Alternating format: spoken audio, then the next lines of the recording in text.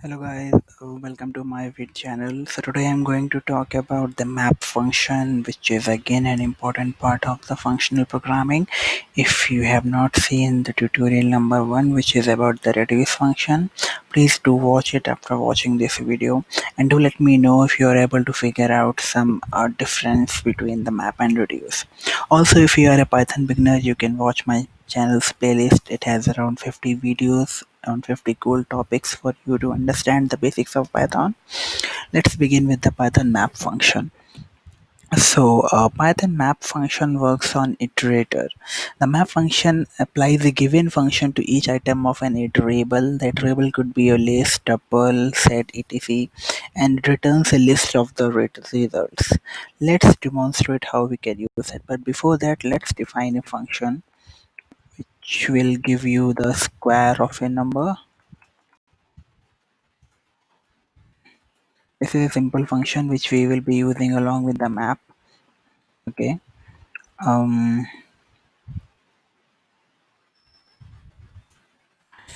let's uh, let's try to use the map function. I'm simultaneously printing it. Map sqr comma. Before that, we also need to initialize an iterator. Let's define the iterator as 1, 2, 3 and pass it here. And let's run this. Here you can see the process is complete. So what is the syntax of map? Map takes the function as its first argument and an iterator as a second argument. So when we apply the map, we have a map object. It returns a map object, unlike the reduce operator, which returns a value. So we can cast it to our preferred type. Here you can see. So as I said, map applies a function to all the objects of an iterator. So our function is the square function. So what it does, it applies it to all the objects. 1 square 1, 2 square 4, and 3 square is 9. So in this way we can map. So you can have any function here, right? This is really used in suppose you have a list of where you have names and you want to add cities to it. You can use the map function to append cities to all the elements of the list, and it is written in C, so it is way faster than your regular for loop that you will be using. Okay, it is way faster than your regular for loop.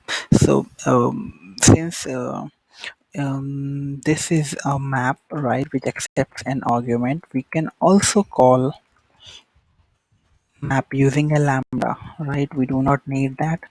We can call it using a lambda into x. Okay, this will be our first argument, and then we will have a. We'll try to run that. You can see the same output is printed. This lambda is again a function which is returning the square of the element which is entered.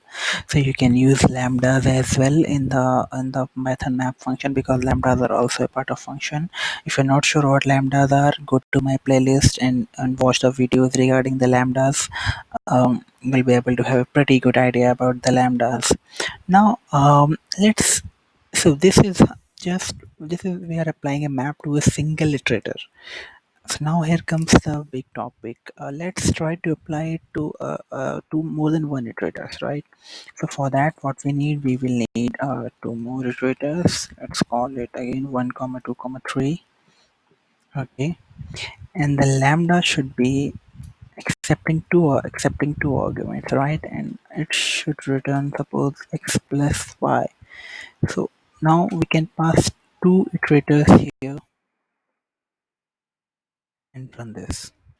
You can see 2 4 6 x plus y a plus b. So individual elements at the specific positions are added and returned as a function. So if it depends on the function, if your function is accepting more than one argument, you can have more than one iterators, but the sequence of elements, the sequence of inputs will be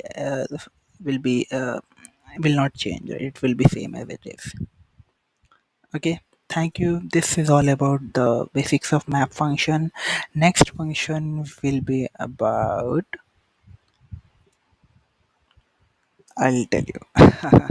Okay, do watch this video, like this video, and don't forget to subscribe my channel.